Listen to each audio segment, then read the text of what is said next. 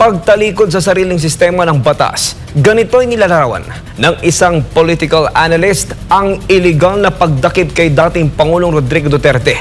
Ayon kay Professor Froilan Calilong, malinaw ang naging papel ng ehekutibo at ang posibleng politikal na motibo sa likod ng pag-aresto sa dating Pangulo ng bansa. Si Prince Tripoli sa report. Sa gitna ng iligal na pagkaka-aresto kay dating Pangulong Rodrigo Duterte, kapansin-pansin ang mga kakulangan at sistematikong problema sa legalidad ng nasabing proseso.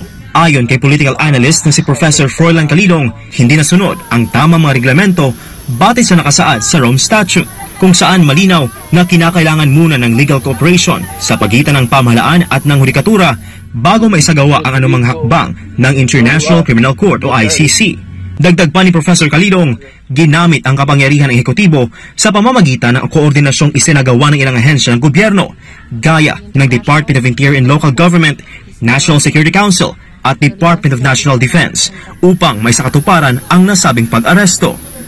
Kung hindi pinahintulutan at hindi binagbigyan ng ating Pangulo na maisakatuparan ito, and I think they were all coordinated measures that were created, from the DILG to the NSC to the Department of National Defense, talagang merong coordination. So it's primarily an executive prerogative na kung saan nagamit yung iba't ibang ahensya ng pamahalaan, especially yung mga cabinet positions na nabanggit ko nga, and of course this was primarily done in order to bring the president.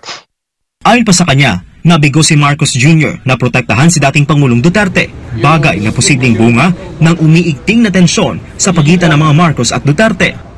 Hindi na proteksyonan or hindi nagawang proteksyonan ng ating Pangulo ang dating Pangulo, and I think this is primarily born out of political considerations, because you remember at the onset nung maayos pa ang samahan ng ating Pangulo at ng dating Pangulo, particularly ng Vice President, walang ginawang hakbang ang Pangulong Marcos para sabihin na isusuko, walang ganong pronouncements whatsoever, not even a mention of cooperation. Pero right now, because of the political rift that is happening between the two families, naging maliwanag yung mga intentions, and I think ito yung pinanggagalingan ng galit, ng puot at ng masidhing emosyon ng ating mga kababayan ngayon, and that they really want the former president to be back.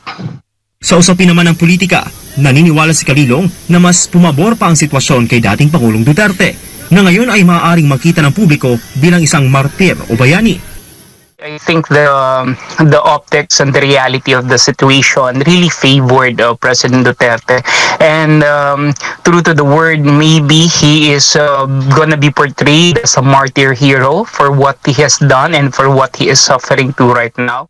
Dagdag pa ni Calilong, tila nagkamali ng kalkulasyon ang administrasyon dahil maaring magdulot ito ng masamang epekto sa kanilang tsansa sa darating na halalan.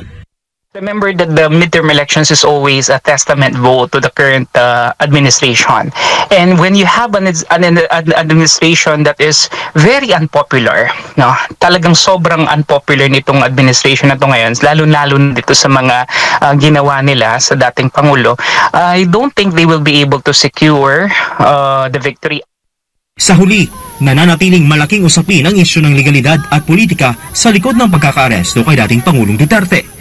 Habang patuloy ang makilos protesta, panawagan at panalangin mula sa kanyang mga taga-suporta, lumalalim rin ang hinagpis at pagkabahala ng taong bayan sa posibleng pag-abuso sa kapangyarihan at panghihimasok ng dayuhang institusyon sa soberanya ng bansa. Ako si Prince Tripoli, ang inyong citizen correspondent para sa Diyos at sa Pilipinas nating mahal.